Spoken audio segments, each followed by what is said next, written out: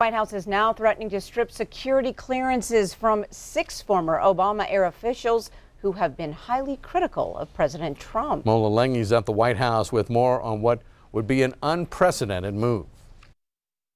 The 6 former national security officials in President Trump's crosshairs are former CIA Director John Brennan, former FBI Director James Comey, James Clapper, Michael Hayden, Susan Rice, and Andrew McCabe.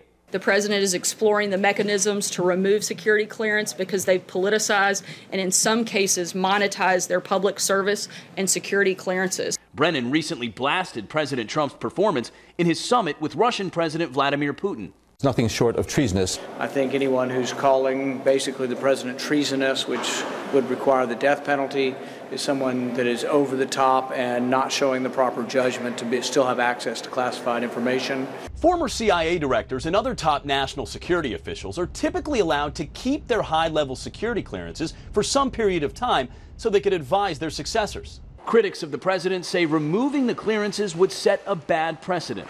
That is not what you see in a democracy. That is exactly what you see in authoritarian regimes. Did somebody breach protocol in terms of classified material or break a law, then it would certainly be appropriate.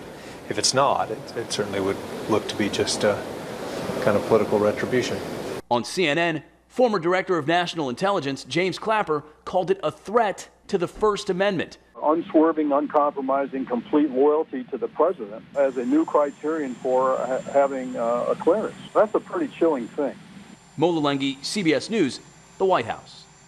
Now, the spokesperson for ex-FBI Director McCabe says he does not currently have security clearance. Brennan did not comment, and General Hayden said he does not attend classified briefings at the White House.